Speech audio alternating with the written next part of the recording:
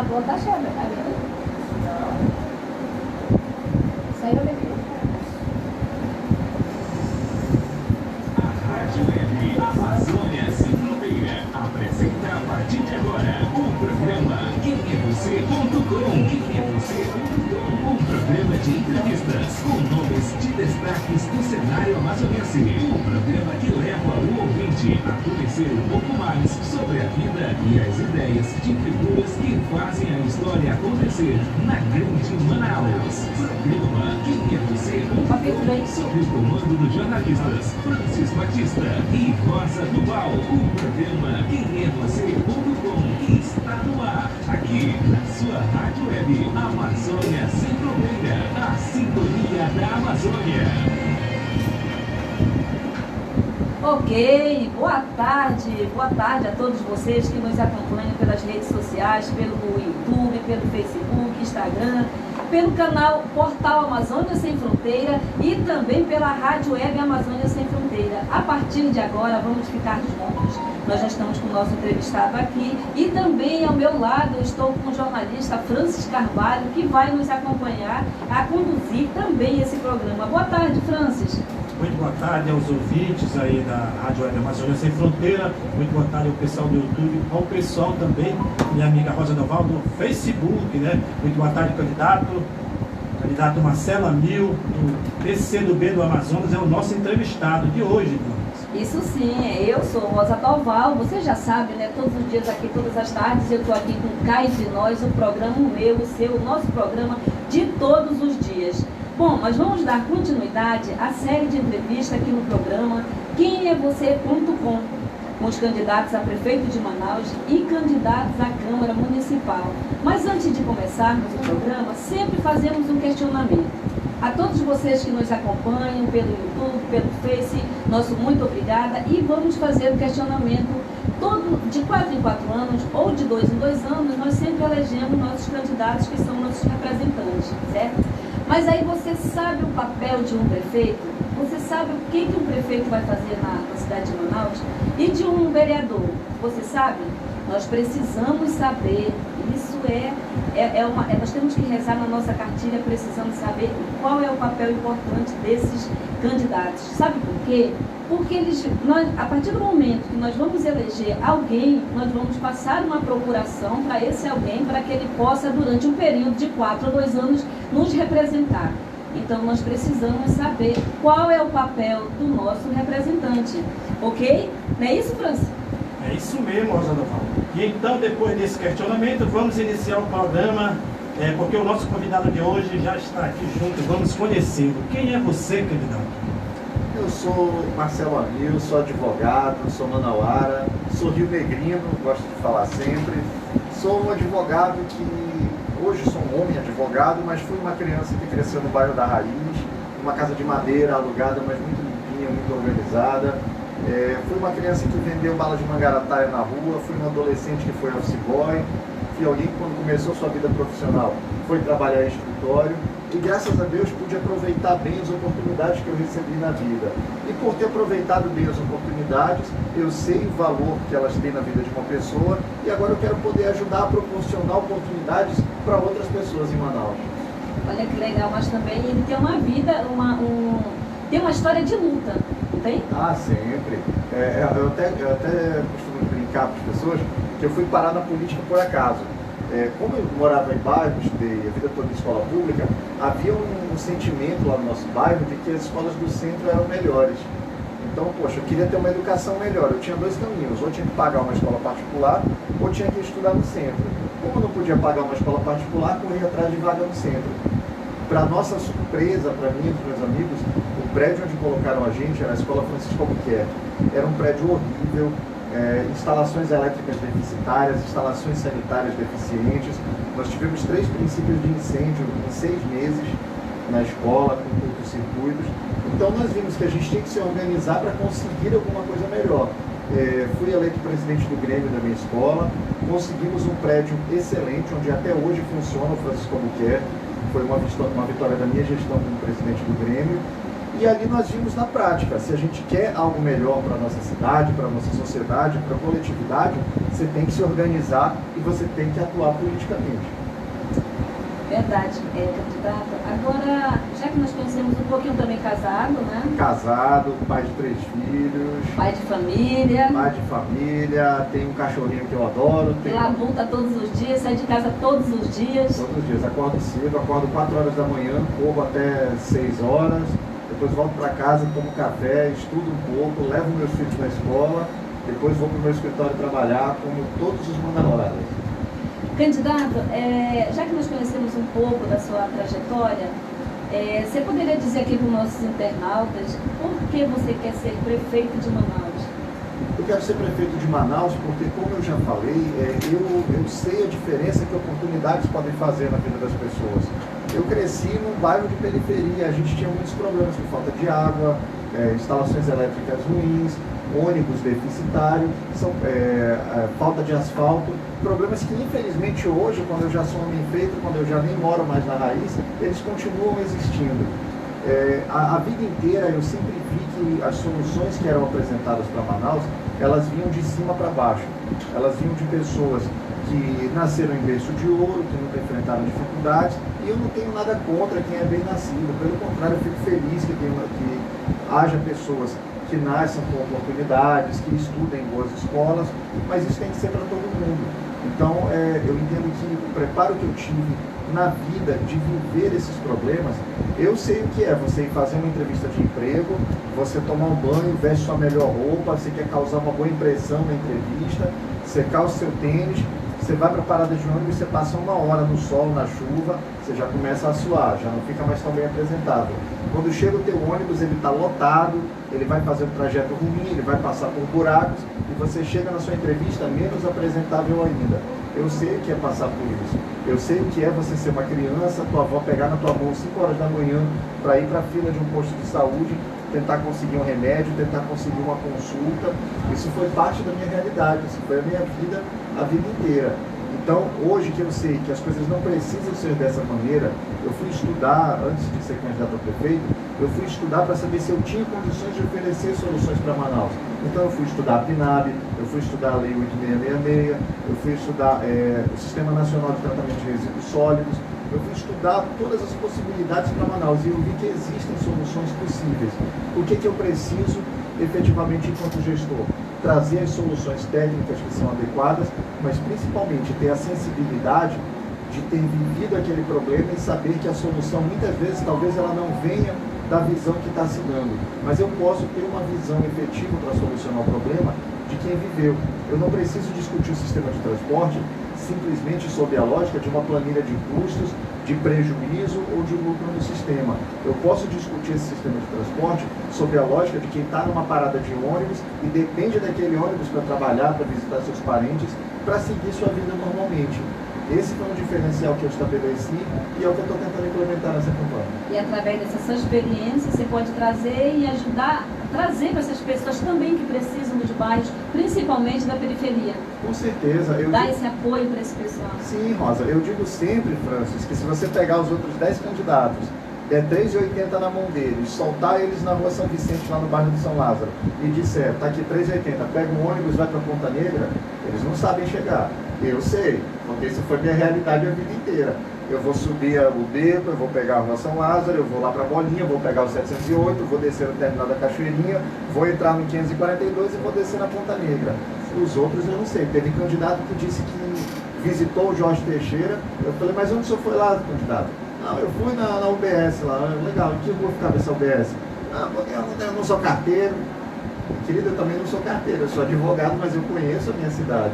Se é para discutir a clínica Bugalhos lá no Jorge Teixeira, vamos discutir. É para falar do lanche da Rose lá na frente, que nem é da Rose mais, já mudou de dona, ali na rua 7 de setembro, a gente discute.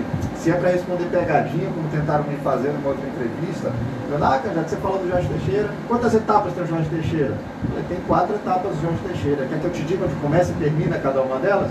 Eu digo. Então, eu sei da realidade de Manaus porque eu vivo o dia a dia do povo de Manaus. Isso foi minha vida a vida inteira, é minha vida hoje e vai ser minha vida enquanto eu viver. E é Manauara. Manauara convicto. Manauara é minha religião, na verdade. Candidato Marcelo Amigo, caso seja eleito, qual a sua prioridade para a cidade de Manaus? Mudar os paradigmas da administração. A vida inteira nós tivemos a cidade administrada de cima para baixo. Tudo bem, as soluções que vêm de cima, elas oferecem um ponto de vista interessante que deve ser considerado, mas ele não pode ser considerado ao ponto de eu descartar uma visão que venha de baixo para cima. Eu preciso ter esse olhar, essa sensibilidade de quem vive o problema. Essa vai ser o primeiro ponto. Uma posição efetiva de gestão que nós vamos assumir no primeiro momento na prefeitura é montar um conselho acadêmico, o Conselho Acadêmico Manauara. O que vai ser o Conselho Acadêmico Manauara?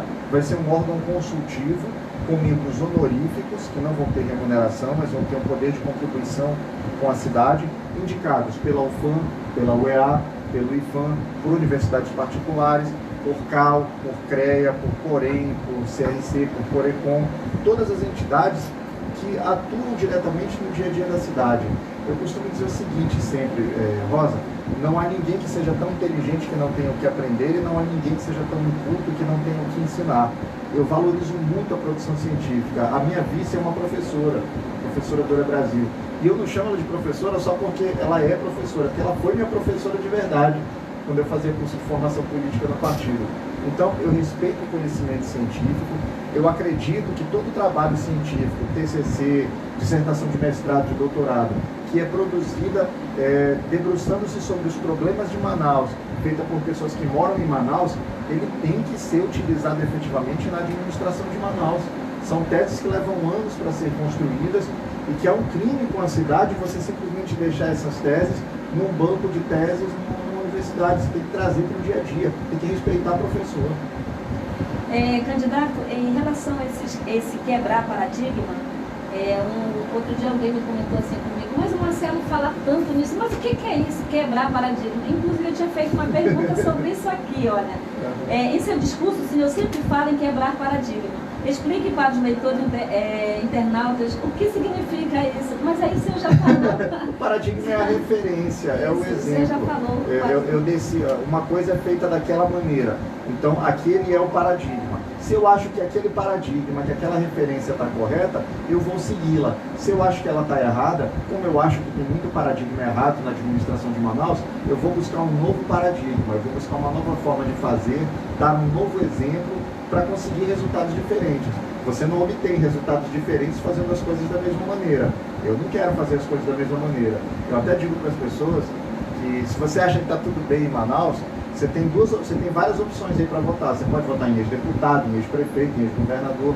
Agora, se você acha que Manaus tem problemas que já poderiam ter sido resolvidos e você quer tentar uma maneira diferente de resolvê-los, dá essa chance para o advogado que foi um garoto que cresceu no bairro da Rainha. Vai fazer a diferença. É isso? Candidato, o senhor é a favor da reeleição de algum candidato? A reeleição, e ao mesmo tempo, em cima dessa pergunta, o senhor concorda que uma pessoa, ele está num cargo e de repente surge uma outra eleição de 2 em 2 anos, ele deixa aquele cargo e passa a se candidatar a um outro cargo, não finaliza aquele, não termina aquele. Você concorda com isso? Eu acho isso um desrespeito ao eleitor. Eu entendo que no momento em que eu for eleito prefeito de Manaus, eu tenho um compromisso até 2024 com o povo de Manaus. Ponto. Qualquer coisa além disso, ela deve estar descartada. E eu, inclusive, já comecei a aplicar isso na minha vida, porque eu estou candidato a prefeito de Manaus, estou candidato de um mandato de 1º de janeiro de 2021 até 31 de dezembro de 2024, e o meu mestrado que eu estava planejando fazer no ano que vem no exterior, eu já tive que adiar. Eu vou esperar para 2025, vai acontecer de qualquer jeito, porque eu adoro estudar, eu não vou parar de estudar. Mas no momento que você recebe um mandato da população, você tem que honrar esse mandato até o último dia. A questão da reeleição, ela vai para uma concepção mais filosófica e que foge da alçada do prefeito, porque ela trata-se de norma constitucional e é uma discussão em âmbito federal. Eu, particularmente, acredito que nós poderíamos ter mandatos mais longos para o executivo sem recondução. Um mandato de 6 anos, por exemplo, para prefeitos, governadores, vereadores, ou até de 5, que é algo que se discute através de PEC no Congresso Nacional, mas um mandato de 5 anos sem reeleição. E você deu sua contribuição, ponto. Ainda nesse aspecto filosófico, eu sou contra até as sucessivas eleições para o Legislativo. Eu entendo o seguinte, vamos lá, eu sou candidato a vereador, eu disputo a eleição, eu sou reeleito. Ou eu vou disputar uma eleição para deputado estadual, ou para federal, para senador, ou eu vou sair da vida pública, porque você ter deputados que estão há 6, 7 mandatos, você ter vereadores que estão lá há 20, 30 anos, eu acho que isso é negativo para o crescimento da administração pública, para o nosso avanço como sociedade. Candidato Marcelo, né? Hoje as pessoas recebem uma enxurrada de informação diariamente. E no meio delas estão as fake news. Como o senhor lida com as fake news? Com muita preocupação mesmo, porque nós vivemos uma era de desinformação. Então a informação correta, às vezes ela se perde no meio de tanta fake news e uma grande parte da população passa a tomar o que é inverdade como verdade e muitas vezes sequer tem acesso ao que é verdade. Tem um livro muito legal sobre esse esfumaçamento da verdade, que é um livro do professor alemão Zygmunt Bauman, O Mundo Líquido. Ele tem uma série de outros livros, mas eu recomendo esse para as pessoas lerem. Trata-se muito dessa questão da dissipação rápida da informação. E aí as fake news elas estão correndo num time que a verdade não consegue alcançar. Isso é paradoxal, isso é até triste. No momento em que eu tenho uma informação verdadeira aqui, eu tenho outras 7 informações que são falsas, que estão chegando para um conteúdo muito maior e estão formando uma consciência equivocada. Por exemplo, a gente tem até hoje gente que acreditou que o governo tinha implantado um kit gay para as crianças. Aquilo nunca aconteceu. Isso foi uma fake news absurda que foi plantada. Isso destrói reputações. Nós tivemos inclusive o caso do reitor da Universidade de Santa Catarina, professor Cancellier, que ele foi vítima de uma fake news. Posteriormente instaurou-se um inquérito contra ele, a Polícia Federal fez uma busca e apreensão na casa dele. Ao final comprovaram que ele era inocente. Só que martelou-se tanto a notícia que ele era culpado, que ele não aguentou a vergonha e se matou. Isso aconteceu em Santa Catarina, foi em 2016, salvo engano. Trágico. Nós tivemos antes disso, em 2011, no interior de São Paulo, alguma pessoa, algum malvado, algum criminoso, não dá para eufemizar, algum criminoso mesmo, espalhou uma notícia sobre uma mulher da sua vizinhança, salvo engano foi em Guarujá, de que ela matava crianças para rituais satânicos. Essa mulher foi linchada na rua, mataram ela a pauladas, a socos. E essa mulher nunca teve envolvimento com absolutamente nada disso. Ela morreu por causa de fake news. Então isso é extremamente perigoso, isso tem que ser combatido. Eu me orgulho de estar ao lado de pessoas que a vida inteira têm combatido essa desinformação. A senadora Vanessa foi vítima de muitas fake news e mesmo assim não arredou o pé um segundo, continuou combatendo fake news. E esse é um grande paradoxo que a sociedade tem que enfrentar e que eu espero que a gente consiga, o mais rápido possível, atingir resultados maduros, porque as consequências da disseminação de fake news são catastróficas para todo mundo coletivamente e para todo mundo individualmente. Candidato, a corrupção é um dos grandes males que desqualifica o poder público e traz grandes consequências para a sociedade. Qual o seu plano para combater a corrupção do seu governo? A corrupção ela não desqualifica o poder público, ela desqualifica corruptos que se inserem no poder público. Eu não posso cortar o dedo porque eu sujeito. No momento em que se eu aceitar essa generalização, acabou o Estado de Direito. Ou a gente vai pegar em armas e fazer uma revolução, ou a gente vai sair do país e deixar quem não tem condição de sair e ficar aqui para enfrentar o que tiver que enfrentar. Eu acredito nas instituições brasileiras e, enquanto prefeito, o que eu pretendo fazer é algo que eu acho que todo gestor devia fazer, mas infelizmente não faz, que é cumprir a Constituição, é garantir ao Ministério Público, à Polícia Civil, ao Ministério Público de Contas, todo o acesso, não simplesmente aos contratos do município, mas também à execução desses contratos. Porque muitas vezes há uma licitação correta, uma empresa ganha um serviço de forma adequada, só que na prestação desse serviço, ela inventa aditivos, ela deixa de entregar. Então, o controle efetivo do Ministério Público ele tem que ser não simplesmente na contratação de serviços públicos, mas também na execução deles. Candidato Marcelo Amigo, o senhor terá uma mulher como vice. Qual o papel dela no seu governo? Na verdade, eu conheci a Dona Brasil, a cidade que eu trabalhava na Amazônia, era telecomunicações, né? Eu conheço muito bem a Dora. E qual é o papel que a Dora, se acaso eleito prefeito de Manaus, ela terá no seu governo? A professora Dora é uma grande conselheira. Como eu falei, ela foi minha professora, de verdade, no primeiro curso de formação que eu fiz no partido. E até hoje, ela é uma fonte de busca busca de conselhos interminável. A Dora é uma mulher mais experiente, ela já está, em vez de se aposentar, ela tem uma história toda de vida na militância, e eu aproveito isso. Eu tenho muita consciência dos limites que eu tenho. Acho que é por isso que eu sempre consegui bons resultados, porque quando eu quis ser presidente do Grêmio, da minha escola, eu fui estudar quais eram os problemas, eu fui me preparar para saber até onde eu podia ir, o que eu podia fazer e como eu podia caminhar. Quando eu quis ser defensor geral da justiça desportiva, eu estudei, eu me preparei e eu consegui bons resultados. Quando me apresentou-se a possibilidade de eu ser candidato a prefeito, eu estudei, eu me preparei e eu fui buscar referências. E uma dessas referências que eu sempre fui buscar foi com a professora Dora Brasil. Ela é tipo aquela mãezona que quando eu estou certo ela estimula, vai em frente. Quando eu cometo algum erro, ela chama e puxa a orelha. E ela é uma grande fonte de conselhos. A professora Dora, eu não a escolhi como vice, foi uma votação no partido. Mas se eu tivesse o poder de ter escolhido a vice, eu teria escolhido a professora Dora. Agora, candidato Marcelo Amil, vamos falar de proposta. Qual a sua proposta para o transporte público?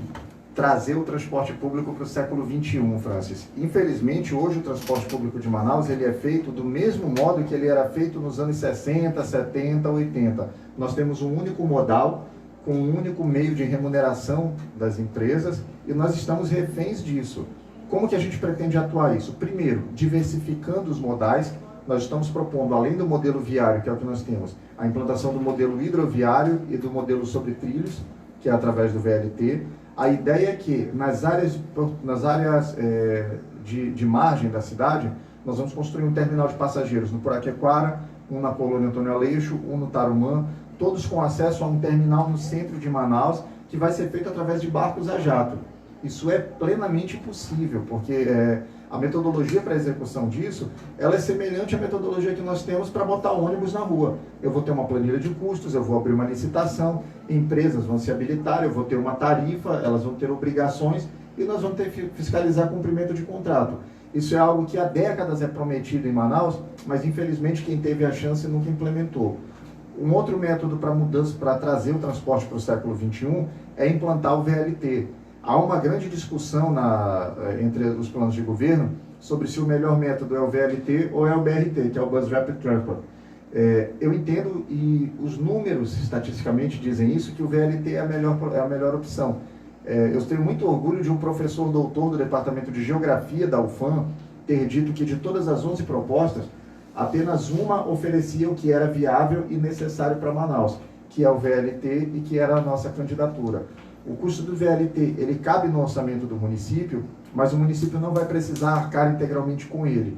Por quê? Porque eu tenho linhas de financiamento no governo federal exclusivamente para projetos com trilhos, e Manaus pode ter acesso a essas linhas de crédito, e eu tenho a possibilidade de formular parcerias com grandes universidades do mundo que querem implantar cases em Manaus. Vamos lá, a Universidade de Xangai, a China tem um investimento muito grande em malha de trilhos. Vamos oferecer Manaus como um case para elaborar os estudos e, inclusive, conseguir financiamento a fundo perdido. Manaus é uma grande cidade do mundo. Infelizmente, os nossos governantes não utilizam esse capital de visibilidade que Manaus tem ao nosso favor. Nós vamos utilizar. E para a saúde, candidato? Eu parei para estudar, Rosa, a PNAB. A PNAB é o Plano Nacional de Atenção Básica, é um documento do governo federal que traça todas as diretrizes, as metas, a forma de execução e a competência do município para a atenção básica. Eu fiquei estarrecido quando eu identifiquei que Manaus tem um teto de 1.047 equipes de estratégia saúde da família, que é o que a gente conhecia como casinhas antes. Essas 1.047 equipes, elas são pagas pelo governo federal. Basta Manaus requisitar, cadastrar essas equipes e colocar para trabalhar. De 1.047 de teto, nós temos apenas 242 equipes trabalhando na rua. Essas 242 equipes, com todo o esforço deles, eles conseguem levar a atenção básica para 36% da população de Manaus. Nós vamos triplicar o número de equipes de estratégia saúde da família, passando a atender 100% da população de Manaus e dando qualidade de trabalho também para esse profissional da estratégia saúde da família. Porque as normas do PNAB determinam que cada equipe de estratégia saúde da família tenha que atender um universo de no máximo 3.000 cidadãos. Hoje esse universo é de 9.000. Então o cidadão, o trabalhador da saúde que está na estratégia de saúde da família, ele está sobrecarregado. Triplicando as equipes, nós vamos conseguir trazer esse número para 3.000, que é o número recomendado pela PNAB. Nós vamos conseguir atender 100% da população manauara que necessita da atenção básica e, finalmente, levar saúde para a população toda de Manaus com gestão. Esse é o nosso principal problema hoje.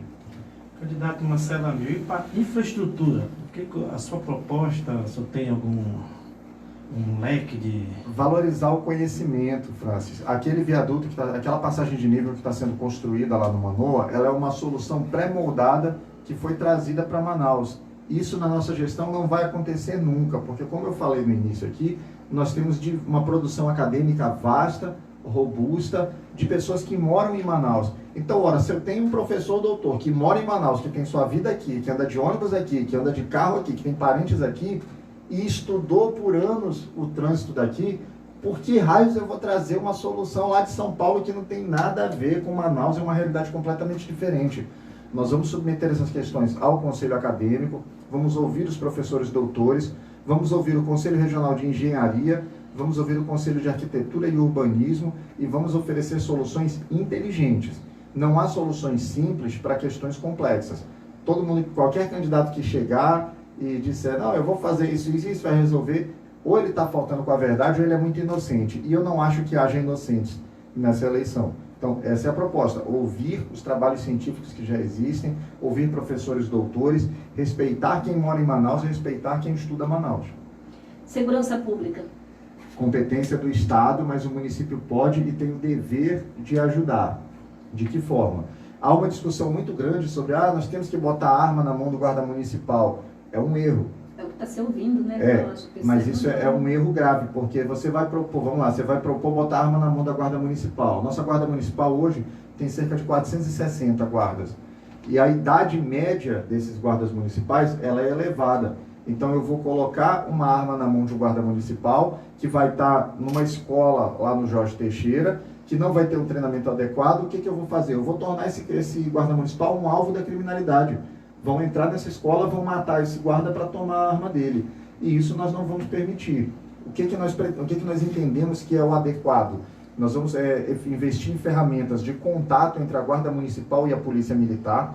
O Guarda Municipal ele tem que ter o contato efetivo com a polícia em tempo real. Nós precisamos repor o estoque de efetivo da Guarda Municipal. Vamos fazer concurso para 1.500 novos guardas, com uma idade média menor para a gente poder corrigir essa distorção na nossa guarda, aplicar treinamento para ações de imobilização e para ações não letais. Colocar uma pistola hoje de fogo na mão de um guarda municipal é torná-lo um alvo, é fazer com que esse guarda municipal seja alvo de traficantes, de pessoas mal intencionadas. Mas se eu coloco ele com um contato efetivo com a polícia militar, se eu doto ele de uma arma não letal, uma pistola de taser, por exemplo, que pratica uma imobilização efetiva, eu estou garantindo a segurança do patrimônio público, eu estou garantindo a segurança desse guarda municipal e, principalmente, eu estou contribuindo para que a polícia militar não precise se preocupar com aquela área determinada. Com um efetivo de mais 1.500 guardas municipais, eu vou poder ter guardas municipais no Parque dos Bilhares, eu vou poder ter guardas municipais na Lagoa do Japim, na Praça de Alimentação do Jorge Teixeira, e com isso a Polícia Militar vai estar livre para fazer o patrulhamento nas áreas mais sensíveis da cidade. Turismo, candidato.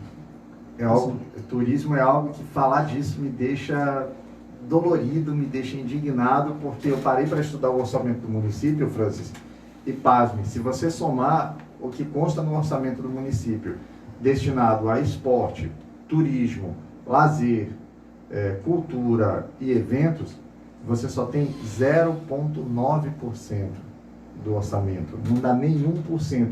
E o que é o turismo? O turismo é uma fonte de renda, mas ele tem duas vertentes. Ele tem a vertente do visitante, que gera fonte de renda, mas o visitante ele não acorda pensando, poxa, o cara lá em Buenos Aires, ele não acorda, bom, hoje eu vou visitar Manaus. Não, tem que haver interação. As pessoas têm que se sentir convidadas. A Secretaria de Turismo, que vai ser criada no nosso governo, ela é a responsável por espalhar cartões de visita, por levar Manaus para o mundo, por fazer com que as pessoas queiram visitar Manaus. Nós temos, Buenos Aires hoje recebe cerca de 6 milhões de turistas por ano. E ela não tem o apelo cultural e artístico que Manaus tem. Buenos Aires é uma cidade linda, ela tem uma arquitetura fantástica, agora a arquitetura é construída. Manaus também tem uma arquitetura muito bonita, não é à toa que era chamada de Paris das Selvas, e além de ter Paris, nós temos a selva também. Nós não aproveitamos. Nós vamos criar uma Secretaria de Cultura, vamos dar a ela um orçamento digno, porque não adianta simplesmente dizer que tem uma secretaria, ela tem que ter condições de trabalhar, e vamos passar a tratar o turismo com seriedade. Meio ambiente. Está tudo interligado. Nós recebemos recentemente uma contribuição ao plano de governo do Instituto dos Arquitetos do Brasil. E eles têm uns estudos muito interessantes acerca da necessidade de adensamento urbano. O que é o adensamento urbano? É eu estimular que as pessoas morem nos mesmos locais através de prédios, por exemplo. Vamos lá, Djalma Batista. Ela só tem, se você pegar o trajeto todo da Djalma, ela só vai ter 3 prédios com mais de 3 andares. E é um desperdício. Se eu tivesse um estímulo à construção de edifícios nessas localidades, eu teria um alastramento menor da cidade, porque as pessoas não iriam para cá, elas ficariam concentradas aqui. Eu teria uma possibilidade de atendimento maior de esgotamento. Manaus hoje só tem 18% da cidade com esgoto. Eu teria uma possibilidade muito maior de oferecer qualidade de vida para essas pessoas e, consequentemente, se eu estou adensando a área urbana, eu estou poupando a área ambiental do município. Eu estou permitindo que a gente mantenha mais APAs, áreas de proteção ambiental, e que a gente utilize isso para estudos. Uma das propostas que a gente tem, uma das coisas que mais me alegra o coração está propondo isso, está colocando essa discussão na mesa, é a Universidade Municipal de Manaus. O mundo inteiro quer estudar Manaus. A borracha acabou porque nós somos vítimas de biopirataria. As sementes do látex foram contrabandeadas, levadas para a Ásia. Nós perdemos a hegemonia do mercado. E a gente não aprendeu o quanto rica é a nossa biodiversidade. Com a Universidade Municipal de Manaus, além de universalizar o acesso ao ensino superior para todos os manauaras, nós vamos poder criar editais para fazer pesquisa. Manaus hoje não tem nenhum projeto de pesquisa com Xangai, com Sorbonne, com Salamanca, com Coimbra, com Harvard, e nós vamos buscar isso. Eles têm todo o interesse em realizar pesquisas na Amazônia. Por que não realizam pesquisas em Manaus? Porque Manaus não tem uma ferramenta eficiente que possa trazer essas universidades para cá. E nós vamos implementar isso. Candidato Marcelo Amil, PCdoB do Amazonas. O senhor tem 3 minutos agora, candidato, para dizer aos ouvintes internautas por que o senhor precisa ser eleito prefeito de Manaus. Eu não preciso ser eleito prefeito de Manaus, eu preciso dormir todo dia com a tranquilidade de que eu fui hoje uma pessoa melhor do que eu era ontem e de que eu ofereci para as pessoas algo além do que eu pude oferecer ontem. Eu sou prova viva de que oportunidades mudam a vida das pessoas. Quando eu tinha 14 anos, que eu vendia bala de mangarataia nas ruas, eu dizia para as pessoas, poxa, eu quero estudar para poder dar uma vida melhor para minha avó, para poder ter uma vida melhor. E as pessoas diziam que estudar, vai trabalhar, bora aprender a fazer mecânica ali. E eu não dava ouvidos a isso. Eu falei, não, eu vou conseguir estudar, eu consegui estudar. Quando eu terminei o ensino médio, eu falei, poxa, eu tenho que ir atrás de fazer faculdade agora.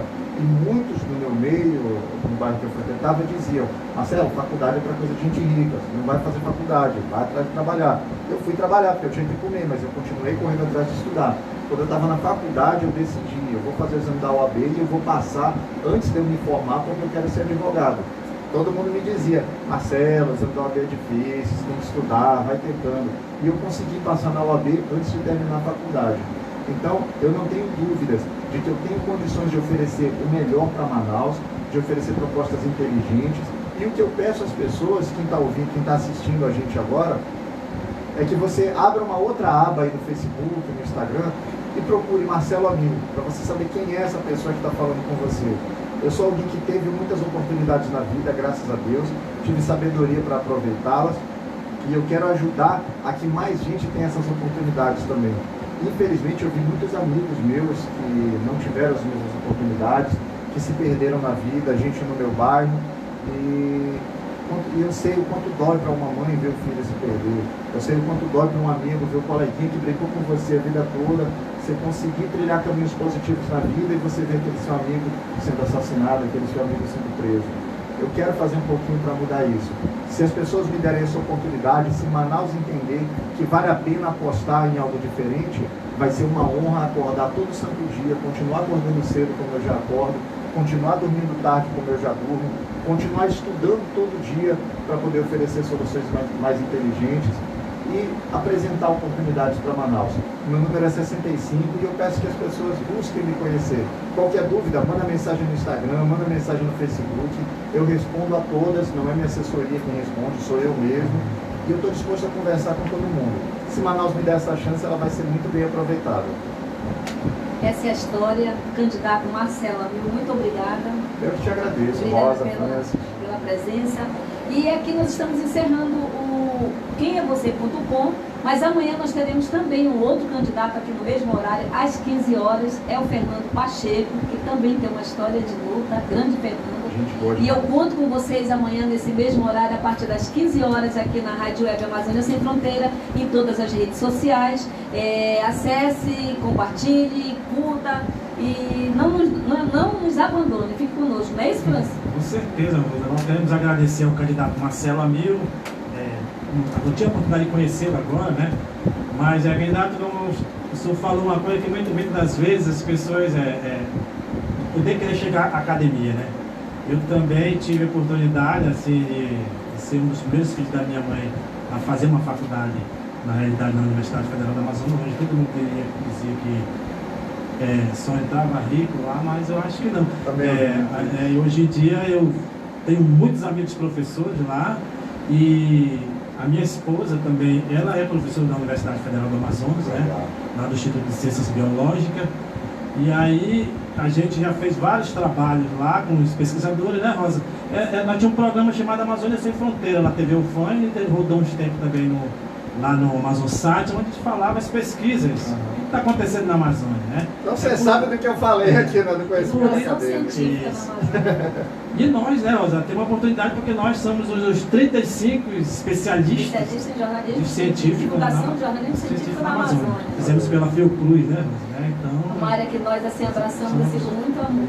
Tá bom, candidato? Muito obrigado, candidato Marcelo Amigo, do PCdoB do Amazonas. E amanhã, né, Rosa? Marcamos o mesmo encontro aqui a partir das 15 horas com o nosso convidado Fernando Pacheco. Mário Brandão, obrigada. Obrigado, Mário. Obrigada. Tá bom? Amanhã a gente volta nesse mesmo horário.